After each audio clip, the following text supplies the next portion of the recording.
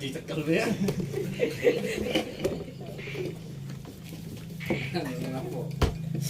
Jelas kan jadi suaranya? Nggak bisa lab, Kenapa? kuotanya jebol. Belum beli kuota. Bismillahirrahmanirrahim. Wala yartafiu lan ora ilang opo yakin wuduin yakin wis wudu aw hadasin atau yakin hadas bidon didihi kelawan sebab nyana sebaliki yakin wala bisyaki lan ora ilang sebab ragu bihi ing dalem wudu al hadas al maghumi kang dipahami bil aula kelawan dawuh faya kudu maka ngalap sopeman bil yakini kelawan kang yakin istishaban karena mayangaken lahu maring yakin.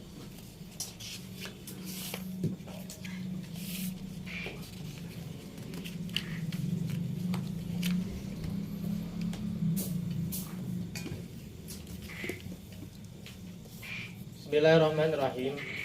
Ketika ada orang yang yakin dia sudah wudu, kemudian dia yakin sudah wudu, kemudian dia ragu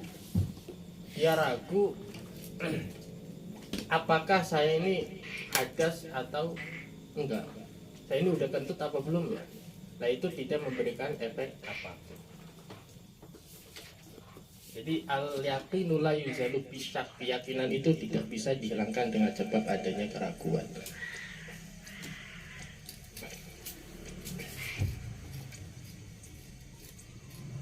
Khotimah ai hadhihi khatimatun utawi iku pukasan. Yahrumu haram bil hadasi kelawan sebab hadas salatun upu salat wa tawafun lan tawaf wa sujudun lan sujud wa hamlu mushafin dan ngegawa mushaf wa malan gawe perkuru kutiba kang den tulis upu Al-Qur'an di darsi Qur'anin kanggo belajar Qur'an. Walau ba'da ayatin lan senajan ta iku sebagian ayat kalauhin gaya papat.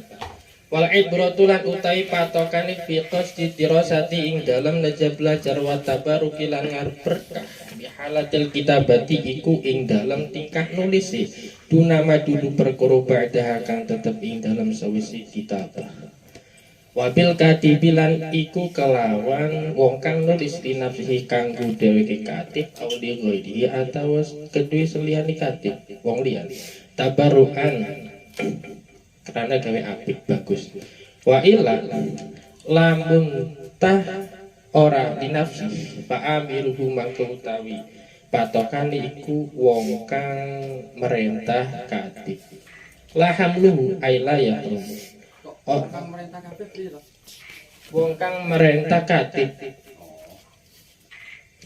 laham luhu ora haram upo ngegawane mushaf ma'amatain sertani barang wal mushafu hali utai mushafiku ghairu maksudin ora den sejebil hamli kelawan digawa wa maswaraqihi lan ngedema kertasi mushaf walau libayatin lan senajan ta iku putih-putih au nahwi dzarfin atau ta iku saumpamane atau ta iku kedue saumpamane wadah uhida kang den sawisaken ubu dzurfin lahu maring kedue mushaf wa wa hal yutai mushafiku fi ing dalem dzurfin la qalbu waraqihi ora haram ubu ngebulak-balik kertase mushaf bi autin kelawan bantuan kayu idza lam yanfasil tatskalane durung pisah ora pisah ubu aut ali ngatasi mushaf.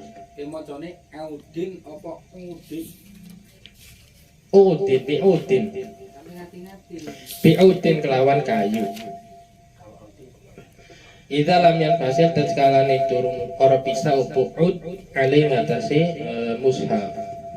Wala ma'a tafsirin lan ora haram sertane tafsir zada kang luwi ubu tafsir walau intimalan lan senajan tah luwi iku kemungkinan. Balana nama. Kita lam yang fasid. Idza lam yanfasil tatskalane ora pisah ubu ud ali ngatasi mushaf. Coba dulu ansare.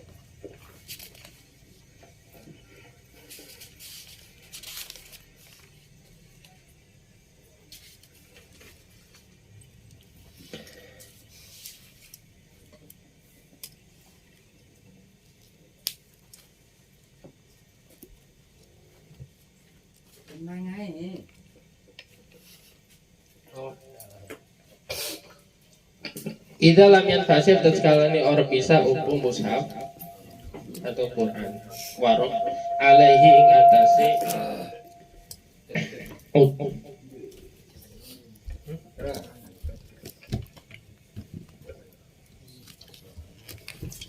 wala ma'a tafsir lan ora haram sertane tafsir jada kang luwih upu tafsir walau ihtimalan senajan ta luwihan iku kemungkinan.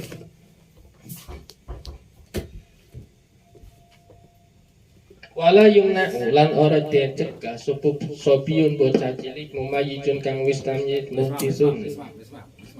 Tuh, kawan. Jajal. Saiki mulai jelasno sapa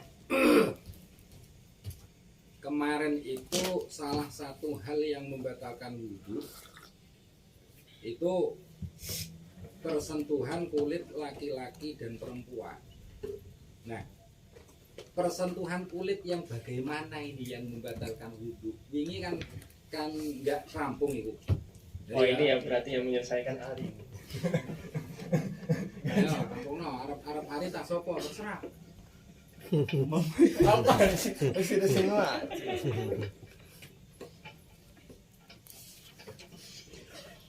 Bismillahirrahmanirrahim.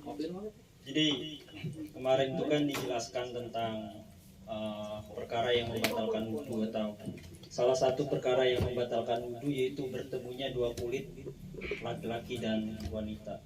Nah, adapun yang kedua daripada laki-laki dan perempuan ini harus bersifat dewasa, jadi yang udah balik gitu ya, biki bri. Nah, jadi ketika yang bersentuhan ini salah satu dari yang bersentuhan ini tidak disifati dengan sifat dewasa atau sifat gede ini, maka wudhunya tidak menjadi batal. Contoh, laki-lakinya orang dewasa, Ajat ya. Contoh Ajat megang tangannya Fitri, anak Wasabar. Nah, itu tidak membatalkan wudhu. Kenapa? Karena salah satu dari kedua orang ini tidak bersifat dewasa atau kedua-duanya sama-sama anak kecil. Setan. Sing dimaksud cilik itu apa ning bab iki? Jadi kan persentuhan kulit yang membatalkan itu jika pelakunya itu sama-sama gede. Jadi persentuhan kulit orang gede sama orang cilik tidak membatalkan wudhu. Lah sing dimaksud cilik karo gede ku apa? Nah, adapun yang dimaksud dengan orang yang besar dan kecil di sini nih, kalau yang anak kecil ini, anak kecil yang memang bukan yang tidak dikehendaki, maksudnya tidak dikepengin gitu. Ketika kita bersentuhan sama orang ini tidak menimbulkan syahwat. Beda kan kalau kita bersentuhannya sama orang wanita yang sudah dewasa, itu menimbulkan syahwat. Berarti sing dimaksud cilik nang kene yang tidak diingini. wong sing ora nyahwati ngono ae ya. Iya, Mas. Wong sing ora nyahwati mungguh biasane. Berarti ana batasan umur ora ya?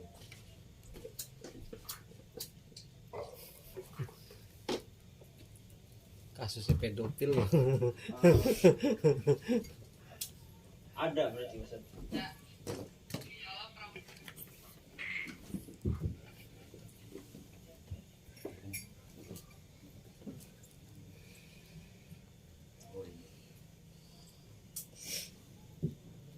Ada, Mas. Wis mbok mutolah apa durung?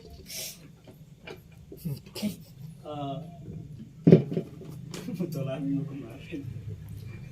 Lah priye sing dimaksud cilik karo gedhe ku priye?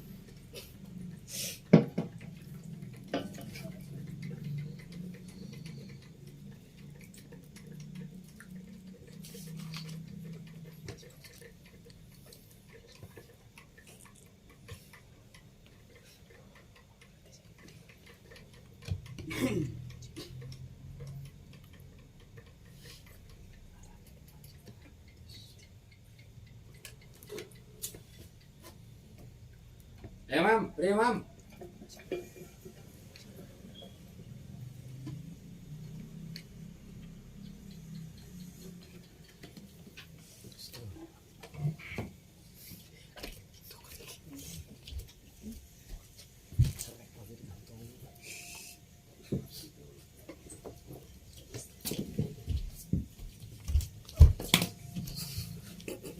Waduh.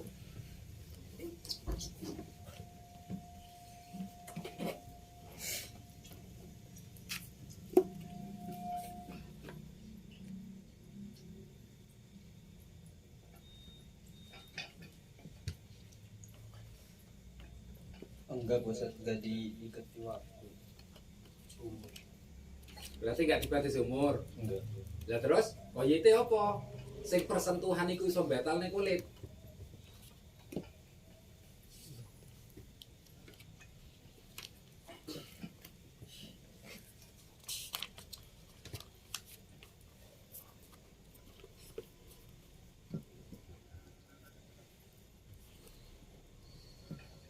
Berarti ketika menimbulkan syahwatnya.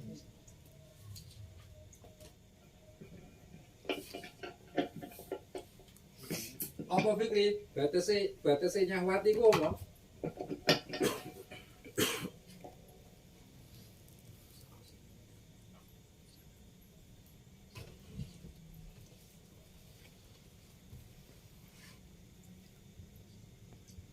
Menurut kebiasaan Ustaz. Lah biasanya priye? Ya biasanya kalau ke anak kecil mah nggak ini apa nggak nyahwat. Lah iya, terus sing dimaksud cah cilik nang kene iki priye? Sing iso batalne wudu iku lho.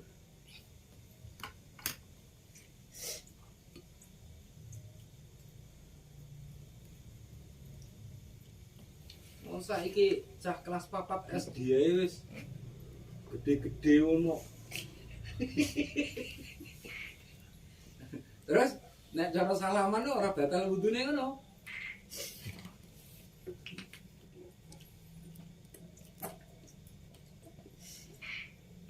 Ketemu orang, Mam.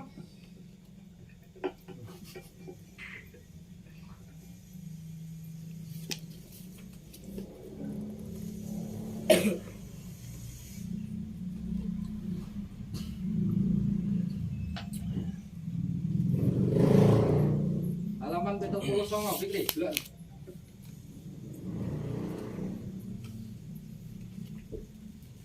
Songo. 6 baris apa ngisor? 79.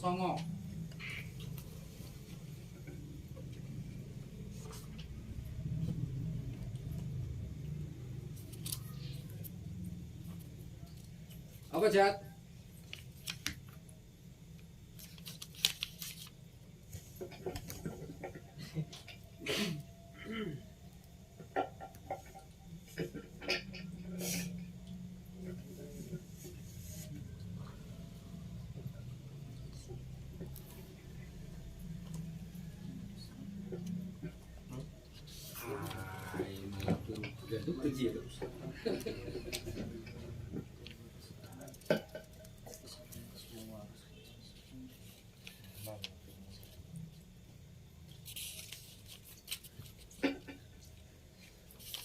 Kalau di Qurratul Ain ini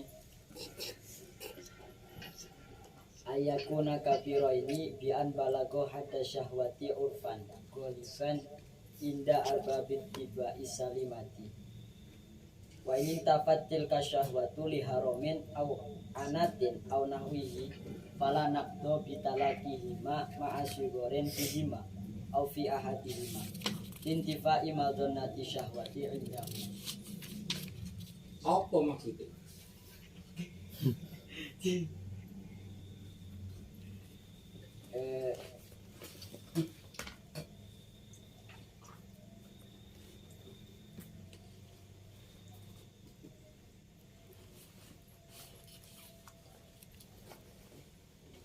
Batasan syahwat di sini berarti menurut kebiasaan seseorang yang sehat.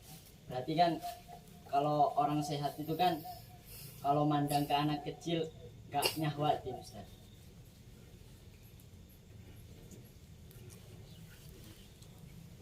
Lah batese iku sak endi? Diarani nyahwati karo ora iku sak endi batese?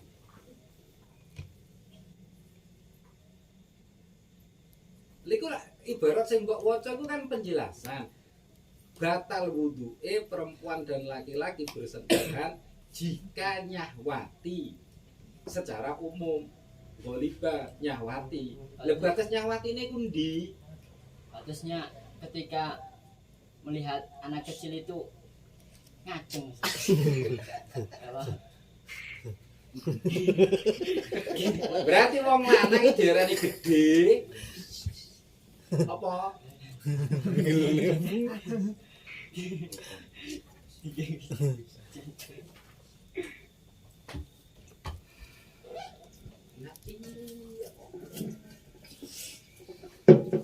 Izat, Rani Izat. Bagus banget, Jadi batasan syahwat di sini kalau anak laki-laki itu berarti udah bisa ngaceng. Kalau anak perempuan itu bisa tertarik kepada lawan jenis. Iku diarani Syahwat. gede, cah pisan. Ngono lho. Iku nek kapan bersentuhan iku iso mbatalne wudu. Lah saiki cah saiki lho. Cah wedok saiki iku iso duwe rasa seneng sing jenenge mainul qalbi nang lawan jenis iku umur pira? Saiki lho.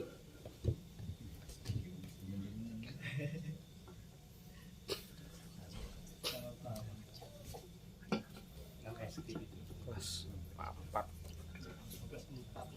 4.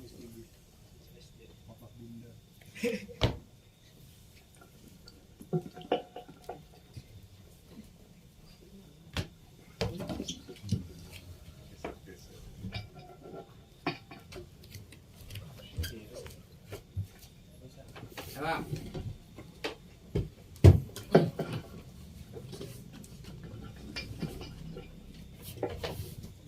Ada Pak. Lho kok timatul lho piye? Wong iki durung rampung.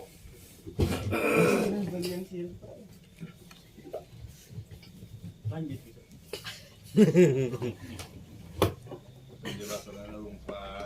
Wong penjelasane durung rampung iki lho.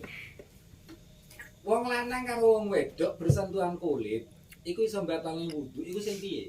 Yang bagaimana? Kalau yang laki yang Ajat bilang tadi udah bisa ngaceng. Kalau yang cewek itu udah mempunyai rasa suka melawan jenis. Berarti ra batasan umur kan? Enggak.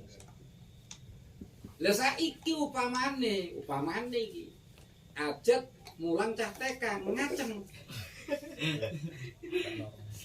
Kira-kira Ajat sentuhan karo bocah kuwi batalno ora?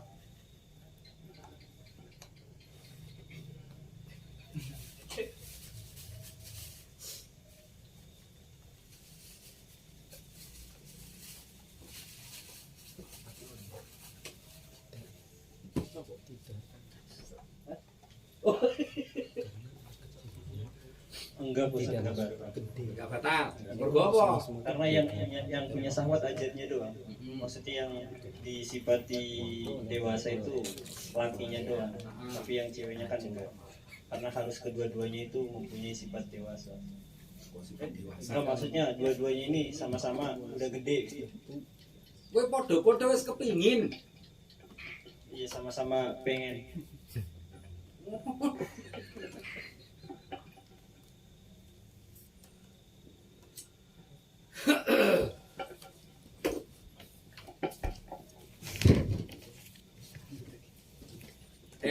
Jadi intinya persentuhan yang membatalkan koyit pertama sama-sama pengen. Maksudnya sama-sama gede, sama-sama punya rasa kepengen. sama-sama punya rasa Kepengen. sing wedok yo duwe kepengin, sing lanang yo duwe pengen. Kok bersentuhan batal wudune. Itu koyit yang pertama. Yang kedua Koyit yang kedua dua orang yang bersentuhan ini bukan mahram, baik mahram secara keluarga, keturunan, pesusun ataupun mertua, pernikahan, di mantu karo mantu sama mertua. Ini kan sudah menjadi nasab bil musyawarah. Kok nasab jadi mahram sebab pernikahannya itu. Jadi nggak ada ceritanya mantu salaman karo mertuane batal wudu'e, nggak ada. Terus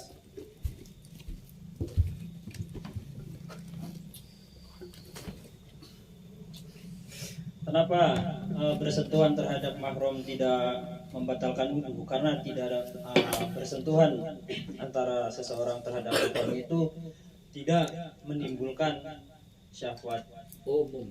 Umumnya tidak menimbulkan syahwat. jadi nek ono mantu ngacengan ndelok mertuane, nggih berarti mantu sing luar biasa.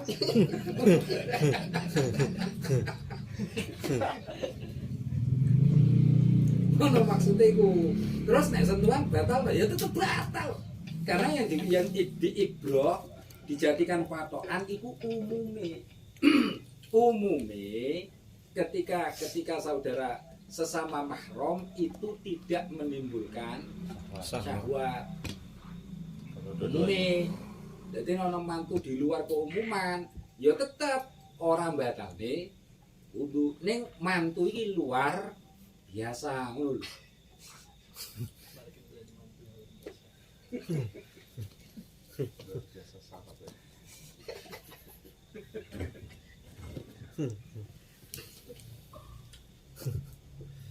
Ayo terus. Walayar kamu. Wes mam, kok mbok mutola ta urung mamu mam? Ayo. Matur. Walayar kamu. Cuma Bentuk ini mati-mati. Khotimah. Naliknya nanti mati.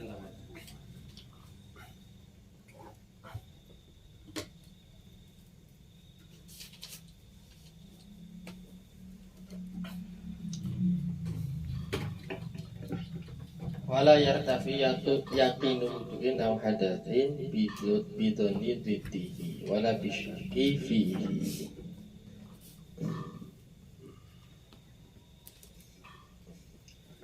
Ketika ada orang yakin sudah wudu, sudah melakukan wudu, dia yakin, kemudian dia ragu apakah dia kentut atau enggak, itu keraguan dia tidak memberikan efek apapun.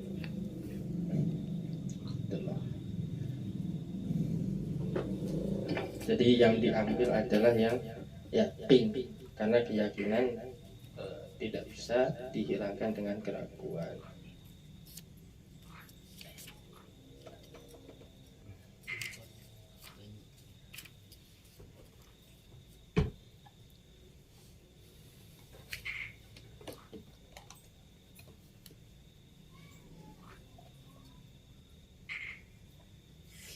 Piye?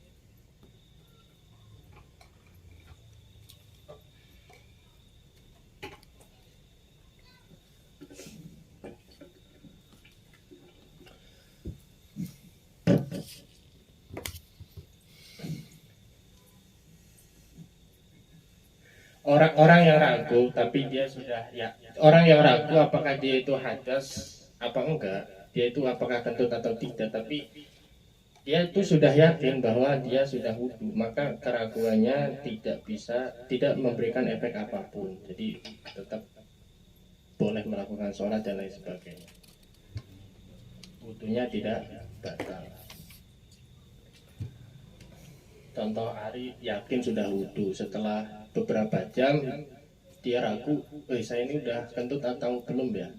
Nah, karena ragu apakah dia sudah kentut atau tidak, tapi dia yakin sudah wudu, maka wudunya tetap sah, tidak batal. Jadi keyakinan itu tidak bisa dihilangkan dengan adanya keraguan. Terus kasus kebalikan nih, Atau ada orang yang yakin dia hadas, kemudian dia ragu apakah saya ini udah wudhu atau belum, maka yang diambil yang belum wudhu, yang hadas. Contoh, saya yakin habis hadas lah, ngentut atau apalah, kemudian saya ragu, saya ini udah wudhu atau belum ya, atau udah wudhu apa belum lah, maka saya harus mengambil sikap saya belum wudhu, segera wudhu.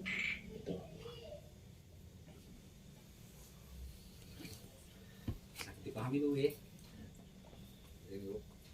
Ayo, saya buru khotimah. Lawan Dul. Jadi wong lanang wong wedok batal wudune priye, Dul?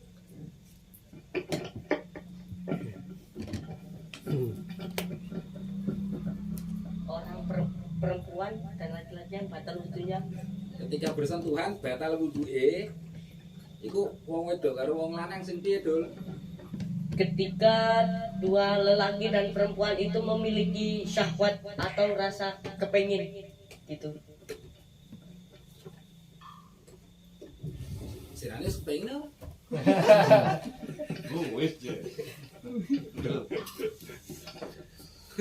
Berarti lah bersentuhan batal, Dul. Terus yang kedua,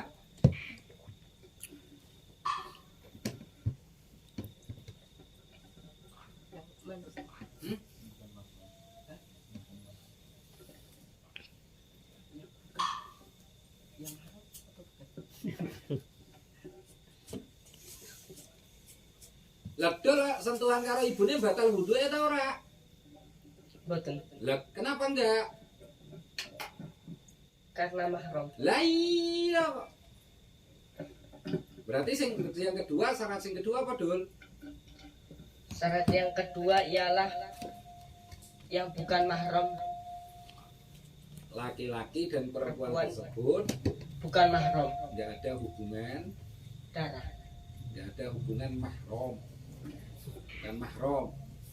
Nek mahram berarti Boten batal. mboten batal wuduke. Kena mah.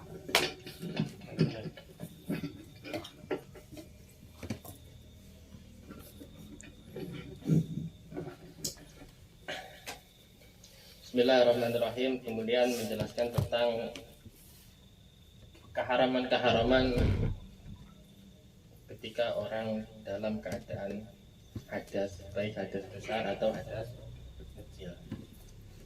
Orang yang dalam keadaan hadas ini haram hukumnya melakukan sholat, mau sholat fardu atau sholat sunnah. Haram juga melakukan tawaf, sujud, membawa mushaf. Ini haram. Orang yang dalam keadaan hadas juga ini haram membawa sesuatu yang di situ terdapat Al-Quran, yang mana penulisan Al-Qurannya itu tujuannya untuk belajar atau untuk dibaca. Contoh seperti papan yang ditulis Al-Quran, ketika penulisannya itu bertujuan untuk belajar atau untuk dibaca, untuk dirosa, untuk belajar, maka dalam keadaan hadas orang haram memegang atau membawa papan itu. Patokan penulisan Al-Quran itu untuk tujuan belajar atau enggak itu ketika sedang menulis, bukan setelah menulis.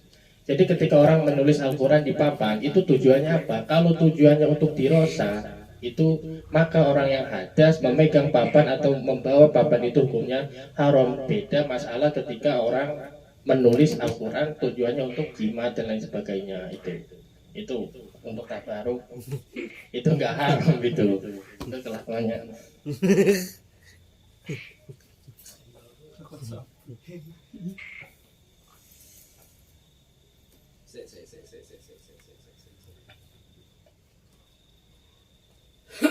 Jadi wong sing hadat haram apa mam pertama mam? Haram melakukan sholat Itu jelas ya. Lakukan sholat. Nomor loro. Haram melakukan tawaf. Kemudian 3 sujud, Apa sujud topik? sujud tilawah, sujud syukur, sujud apapun lah, sujud syukur.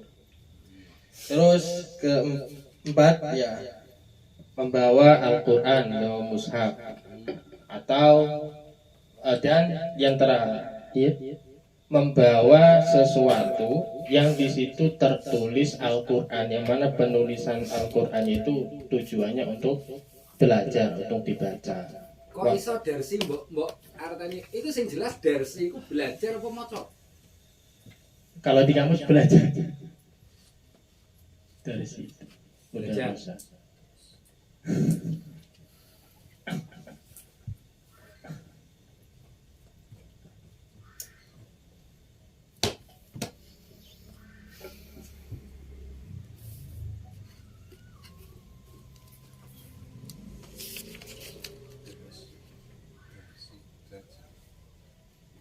Terus kok belajar?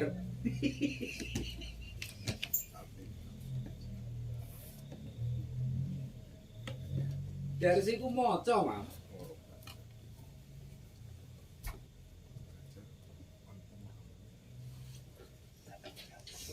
Belajar. Di kamus belajar ini.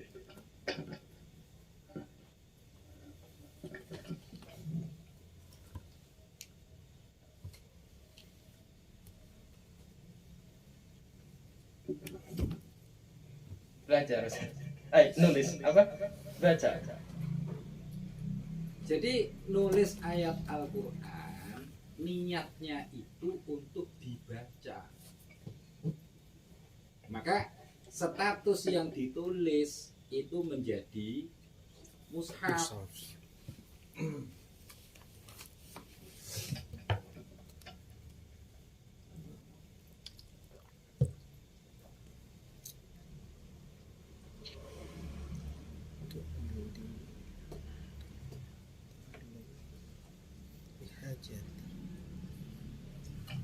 Berarti jika untuk dibaca Ustaz, ketika masjid nyuruh orang bikin kaligrafi lah,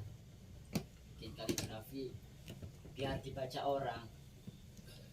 DKM-nya itu ngomongnya biar dibaca orang, biar orang pada ngebaca lafaz ini, biar sadar lah. Berarti otomatis megang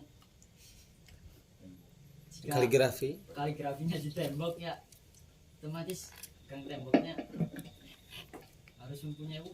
Nah, ini tujuan menulisnya untuk apa? Nek kapan nulis memang sebagai bacaan, memang dijadikan sebagai bacaan, maka statusnya mushaf. Statusnya. Tapi kalau nulis itu dengan niat hanya sebagai ben apik masjid ono kaligrafi, Biasa. jadi hiasan, itu dipegang nggak masalah.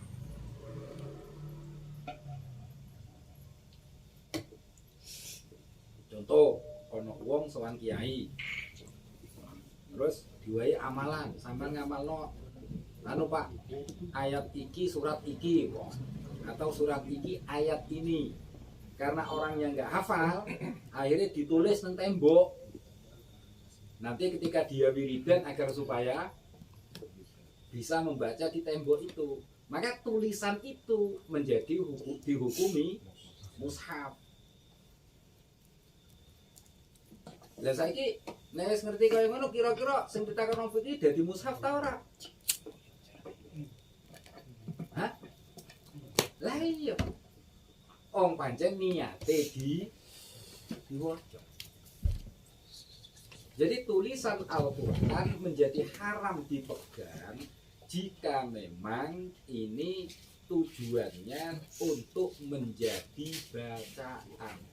Bukan belajar membaca nanti lain. Iku dadi mushaf pisan.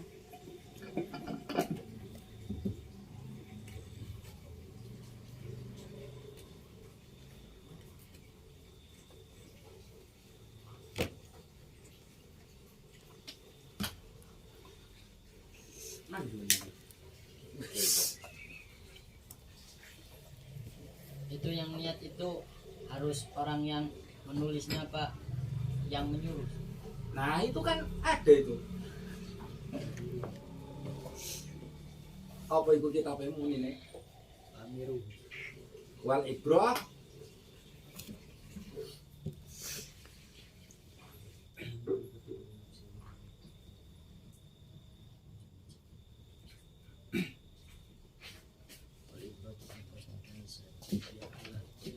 Kita berarti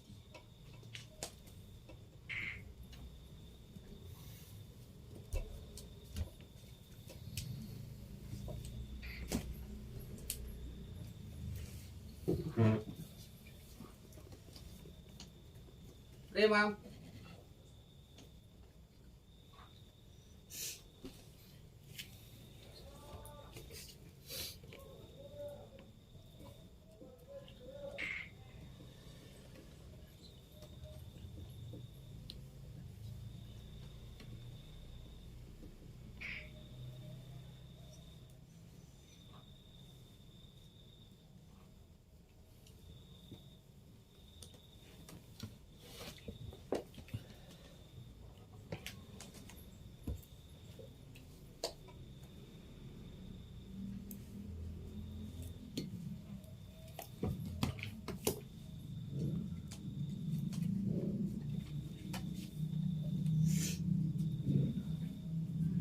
Ayo Pri.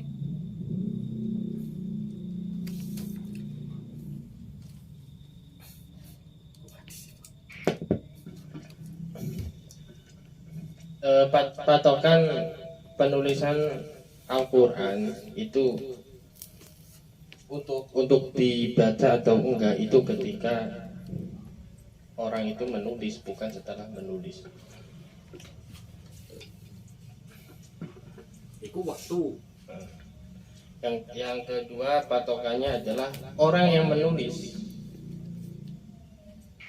Jadi orang yang menulis itu niatnya, kosdunya itu untuk apa? Dibaca atau enggak gitu.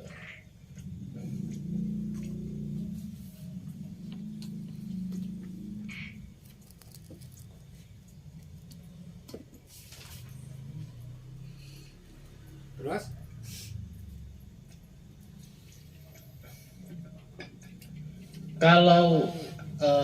Kalau ada orang yang menulis Al-Quran, tapi orang ini menulis Al-Qurannya karena disuruh orang lain, maka yang menjadi patokan orang lain itu yang menyuruh. Orang lain ketika menyuruh A untuk menulis Al-Quran itu tujuannya untuk dibaca atau enggak gitu. Jadi patok ada 3 patokan tujuan penulisan Al-Quran. Yang pertama ketika tingkah menulis, yang kedua niat orang yang menulis, yang ketiga tujuan orang yang menyuruh untuk orang menulis. nek kapan nulis kanggo awake dhewe niat untuk si baca jelas. Lah saiki nulis untuk orang lain.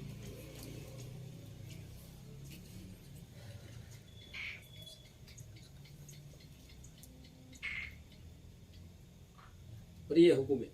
Sing dadi patokan sapa? Sing nulis apa sing ditulis nih? Yang menulis tulisannya untuk orang lain ya. Yang menjadi patokan yang menulis. Iku mutlak apa ana qayyid? Apa namanya, tabaruan? Apa sih bahasa Indonesia? Gratisan. Ya, gratisan, sukarela. Jadi orang menulis tapi tulisannya nanti untuk diberikan kepada orang lain. Itu patokannya dia yang menulis. Jika Dia menulisnya itu apa? Sukarela. Tabarukan. lho terus saiki upamane Alvin njaluk ditulisno bayar rumah. Sing dadi patokan sapa? Alvin ketika menyuruh itu tujuannya untuk apa?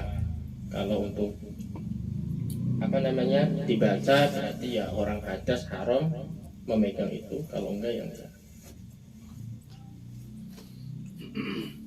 Bapak Alvin.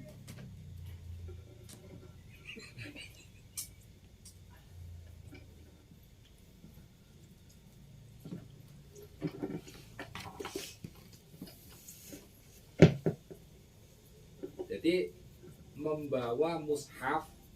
Jadi yang dimaksud mushaf di sini termasuk makna mushaf apapun yang ditulis dengan niat untuk jadi bacaan.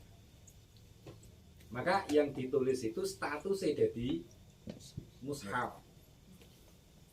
Dan itu nggak boleh berarti dipegang.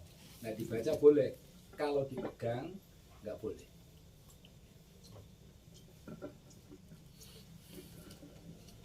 Terus paham?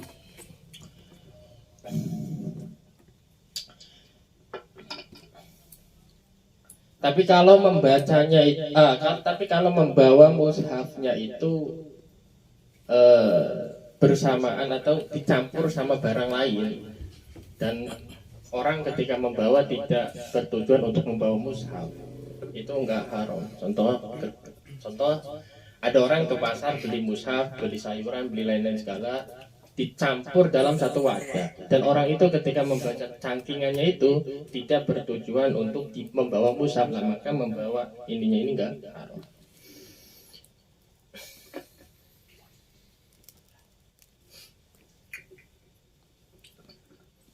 Paham ya? Tuh.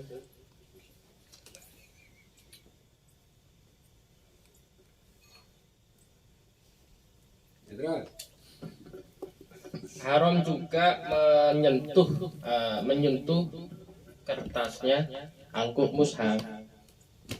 Menyentuh doang gini kertasnya itu haram dalam keadaan hadas. Walaupun yang disentuh itu apa, sampul bayar kok sang. putih-putih. Kitab kuwi kan mesti ono ngene nih lah. Ya. Kosongan berarti. Bisa ini, nih pinggir-pinggiran itu loh. Itu kan bayat namanya. Pinggir-pinggir yang nggak ada tulisan Al-Qur'annya. Al-Qur'an ini. Ya, ya. Itu disentuh pun juga Haram. haram jika yang menyentuhnya Dalam dalam kondisi hadas. Terus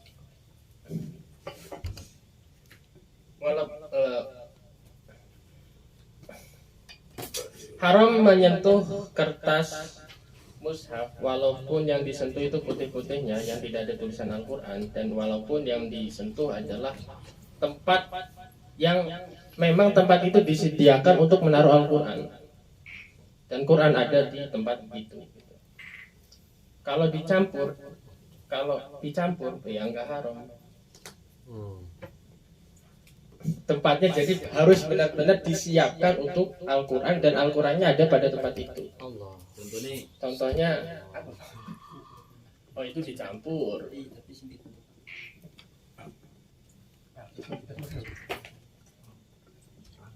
Ya, contohnya rak ada rak yang memang disiapkan untuk menaruh mushaf. Beset mushaf. Nggak ada benda lain, memang khusus untuk menaruh mushaf. Terus mushafnya Qurannya memang ada di rak itu lah. Haram juga menyentuh raknya itu loh. Itu haram dalam keadaan hadas besar. Iya, dalam keadaan hadas. Ya Allah. berarti di masjid akeh iki Ya Allah. kotaan yang memang tujuan awalnya Buat mushaf khusus buat naruh Quran. Quran. Lah warung ngadeg cekelan ngene Ya Allah. tiba hukum haram jika di situ ada mushafnya. Kalau dicampur enggak? Apa? Kalau dicampur enggak? Kalau dicampur priwam Enggak. Campur sama kitab-kitab yang Iya, lain. enggak. Kayak itu tuh. Kayak Kalau gini. dicampur dengan surat-surat pendek itu biasanya kita haram Al-Quran, kayak Yasin, kayak ringkasan gitu. Oh niku mungkin wonten niku. Niku mungkin ketika membahas tafsir Al-Zada niku mungkin. Itu. Jadi memang tempat ini itu disediakan untuk membaca Al-Qur'an. Satu contoh. Beli meja. memang diniatkan untuk membaca Quran. Al-Quran. Jadi begitu ada Al-Quran di atasnya, kok nyekel mejane, iku yo dadi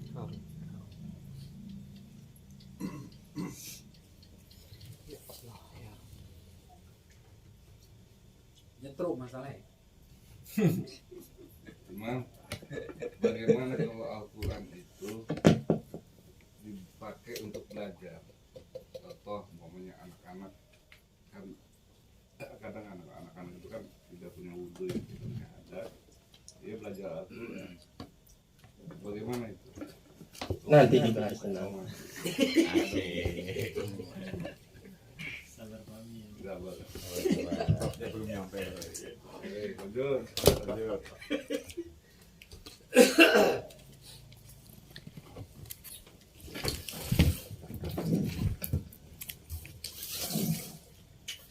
Bagi orang yang hadas, bagi orang yang dalam keadaan hadas ini nggak haram untuk apa namanya membulak balik gitu. Gini nih apa namanya? Yang nguyak dengan perantara kayu atau apapun lah. Selama kayu dan mushafnya itu nggak bisa. Contoh pulpensinya sih. Ya ini begitu. Jadi jangan sampai pisah antara ini dan mushaf. Dan kayu.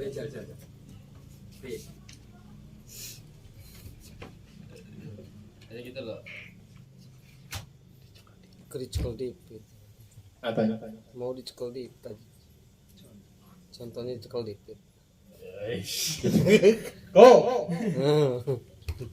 Antara kayu dan kertasnya ini enggak terlepas, nempel terus.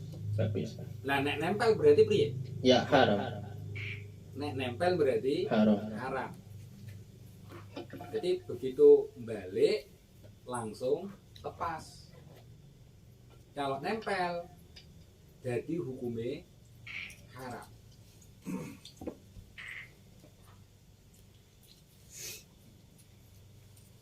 Kamu ramam.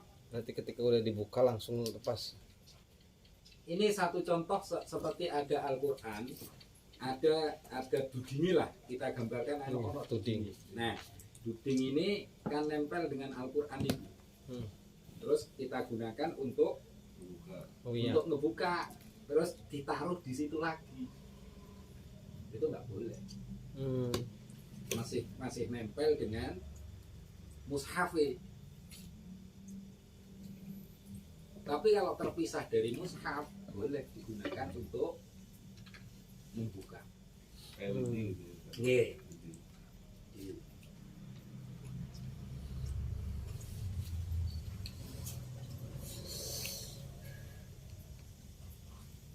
Berarti kalau status tudingnya itu memang selalu ada di Quran, digunakan untuk nggak boleh Ustaz? Ya boleh. Berarti harus benda di luar itu. Iya. Tempel masalahnya.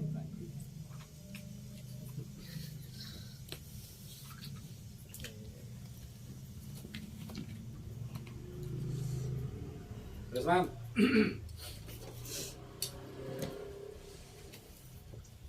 Kemudian orang yang hadas itu nggak haram membawa tafsir, yang mana tafsirnya itu lebih banyak ketimbang mushaf, ketimbang Qur'annya gitu. Kayak tafsir Munir, tafsir Jalalain ikhtilaf lah. Ada yang mengatakan sama, ada yang mengatakan lebih banyak tafsirnya. Primam. Orang yang hadas itu nggak haram membawa Al-Quran, membawa tafsir Al-Quran, yang mana antara tafsir dan Al-Qurannya ini lebih banyak tafsirnya. Terus pertanyaannya Pak Amin priye? Pertanyaannya Pak Amin apa tadi Pak Amin? Bagaimana kalau Al-Quran itu dipakai anak-anak? Itu nanti belum bahas. Bukan saya nganu nih kok. Tadi kan ada dua pertanyaan ini.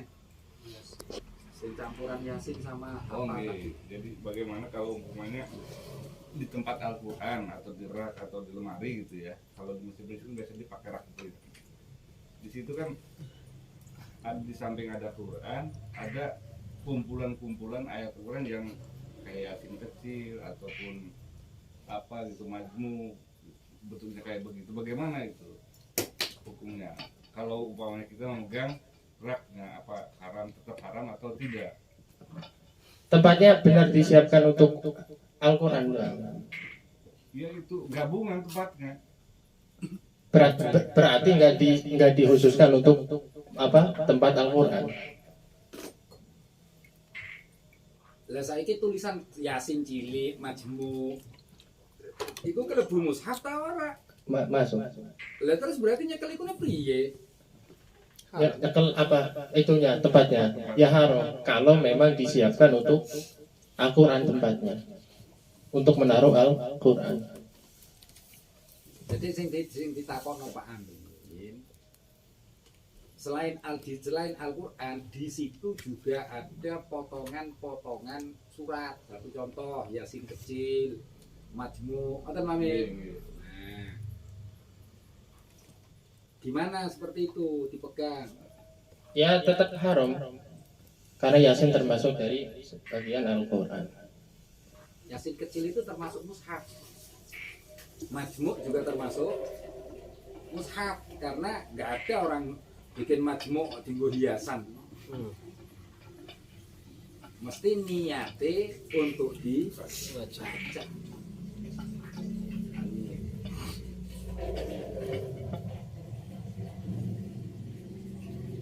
Terus ayam. Wala yumna'u lan ora dicegah suku sopiyun bocah cilik mumayyidun kang wis tambit muhtizun kang berhadas walau junuban dan senajan taiwa hadas. Hamla ing nggawa wa masanah wi mushafin lan ngedemak saumpamane mushaf li hajati ta'allumi kana kebutuhan belajari sopi wa darsihi lan ngwacani sopi wa wasilatihi lan perantarane ta'allum wa darsi kahamlihi kaing gawane sopi din maktabi maring perpustakaan wal isyani lan maktab perpustakaan.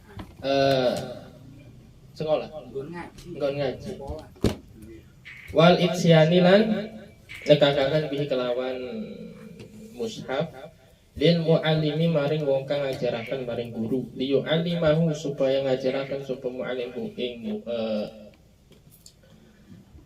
ing sopi minhu saking Al-Quran mushaf wa yahrum lan haram apa Terangno dhisik. Terangno dhisik.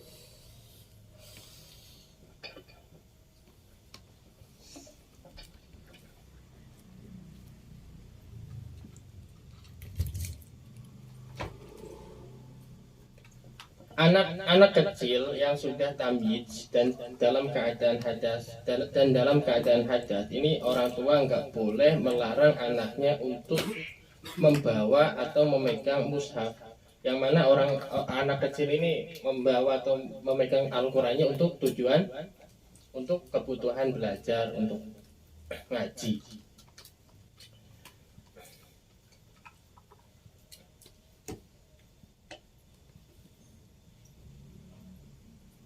Priye? Ojo kakean wakaf.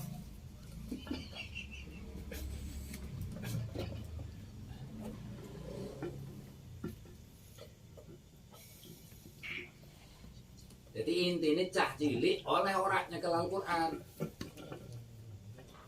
Anak kecil yang sudah tamyiz itu boleh memegang dan membawa Al-Quran, dengan yang mana membawa Qurannya itu tujuannya untuk belajar, untuk ngaji, Belajar terus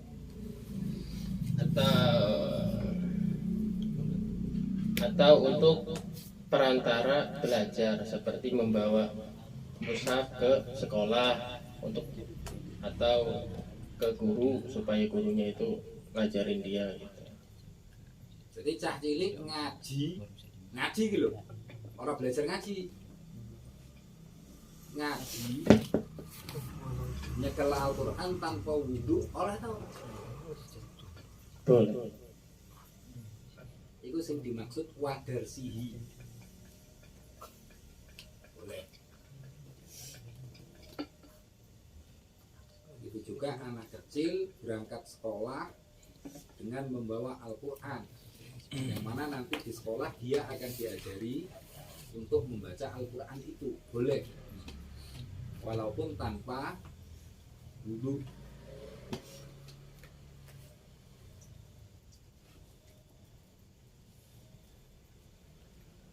Nah, wa yahrumulan haram apa tamkinu ghairil mumayyizi ngongangaken bocah kang urung tamyiz minawi musafin saking sampane mushaf walau ba'da ayatin lan senajan ta iku sebagian ayat wa kitabatuhu lan nulis mushafin ajamiyati kelawan nganggo bahasa ajam wa wadunahwi dirhamin lan ngetokon saumpamane dirham fi maktubihi ing dalem tulisane mushaf wa ilmin lan ilmu syar'iyan kang bahasa syara wa kadza lan iku kaya mengkono wat menawi dirham ja'luhu utawi ngedadekaken dirham baina awraqihi ing dalam antarane saking katase mushaf khilafan halin nyulayani li syekhina maring guru kita Ibnu Hajar wa tamziquhu lan nyowek mushaf abathan kana dolanan wabal umalan ngelek perkara kutiba kang den tulis opo mushaf Al-Qur'an alaihi ngatasi emak la syurbu mawihi binung leburane emak wa maduri jlilan ngedawaken sikil ngeloncur lil mushafi maring mushaf malam yakun ing dalam selagine ora ana opo mushaf iku ala murtafiin ing ngatasi kang dhuwur. yes, bahasa Indonesia alon-alon. Boleh tanya dulu nggak Ustaz? Hah? Boleh tanya dulu. Iya Mam. Mam, tanya Mam. Ya, boleh. Masih ganjel lah nih. Tadi kan yang wala yumna sobiyun mumayyizun muhaditsun walau junuban. Nah, ini kan sobiyun anak-anak ya, tapi di sini walau junub gitu Ustaz. Nah, berarti ukuran anak kecil yang junub ini gimana gitu? Maksudnya masih ganjel gitu loh. Kalau junub berarti ya sudah balik gitu Ustaz. Walau junuban ini maksudnya gimana gitu lebih jelasnya? Betul, pertanyaan top. Soalnya ganjel banget gitu, anak kecil tapi junuban gitu Ustaz. Ya berarti kan kalau dia statusnya berjunub berarti dia udah balik dong gitu tuh. Bukan sobiyun gitu.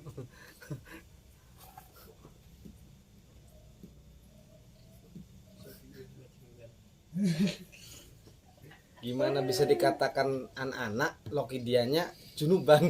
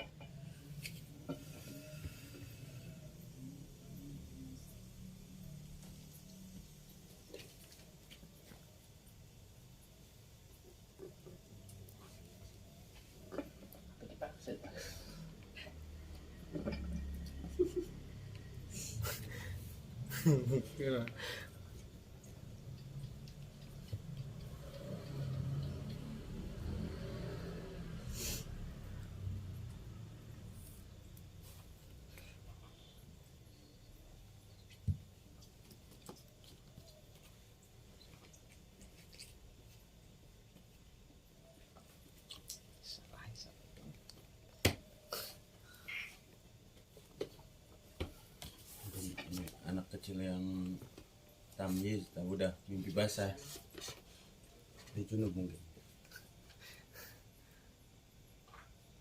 Iku kitabmu jinian apa junuban? Junuban. Junuban. Jadi gambarannya cah cilik sing junub. Kocok ini.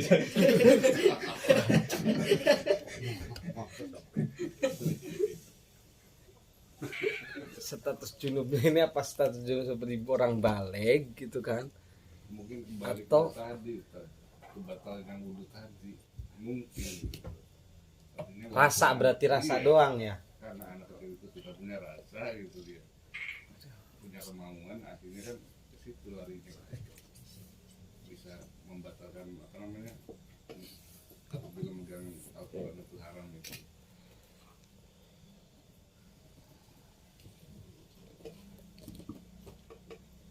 Ya, jawaban lah. Artinya apa kok? Junub, Pak? Anak kecil yang telah tangis dan berhadas walaupun junub. Tuh, bener junub.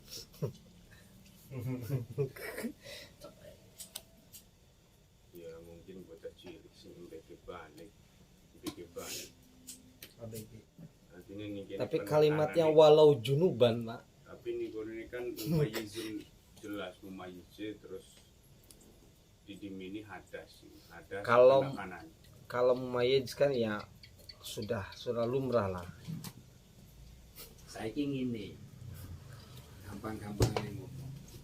Kita kembali ke status orang dihukumi junub. Junub itu nggak harus keluar mani, enggak.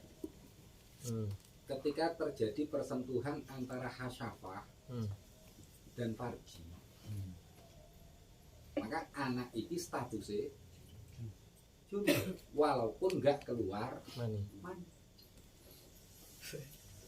Nah, tapi kan batasan anak yang batal wudhunya itu jika sudah punya syahwat, berarti iso ngacem. Lah saiki ana bocah wis tamis, sing lanang ngaceng, sing wedok kepengin. Terus diadu barangi, ora metu mani. Sampai ya. Statusnya apa? Junub. Lah iya. Mosok ngarane wong balik. Wong ora metu mani belum keluar mani. Ini apa namanya? Goyah. Walau